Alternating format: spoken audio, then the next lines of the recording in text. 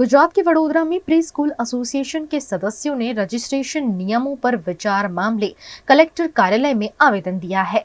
गुजरात सरकार ने pre school संचालकों के लिए नए नियम बनाए हैं, जिस पर 100% खरा उतरना प्री स्कूल संचालकों के लिए दिक्कत भरा हो रहा है।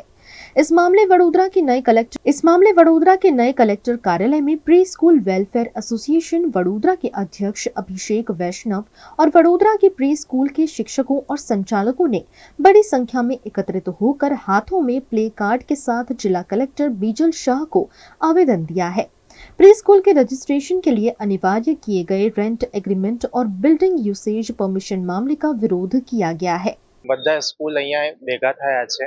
એમની એ પ્રોબ્લેમ છે કે આ એક બે સ્કૂલ નથી, આ આખા ગુજરાતમાં વાત કરું તો કરીબ 40,000 થી વધુ સ્કૂલની પ્રોબ્લેમ છે। અને આજે ન્યાય માટે એ બહેનોને રોડ પર આવવા માટે એક જરૂર પડી છે।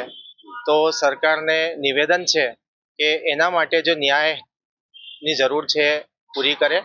અને જે એમની માંગણી છે કે જે 15 વર્ષનું ભાડા કરારનું કીધું છે, આ 15 વર્ષનું ભાડા કરાર તો કોઈ ઓનર જો છે એ આપી ના શકે 15 વર્ષ માટે।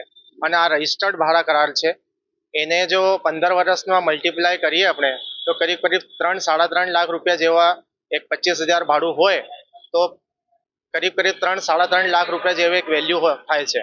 એ તો એ બહેનો માટે જે નાના સ્કૂલ 30 થી 40 છોકરા છોકરીનો સ્કૂલ ચલાવતી હોય એનાથી સંભવ જ નથી।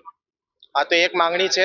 બીજું બીયુની જો માંગણી છે એનામાં આ વાત આ છે, બીયુમાં જો એક રિક્વાયરમેન્ટ છે તો બીયુ જે પોસિબલ હોય, જો કમર્શિયલનું રેસિડેન્શિયલનું જો હોય એ માન્ય કરે, આ અમારી માંગણી છે।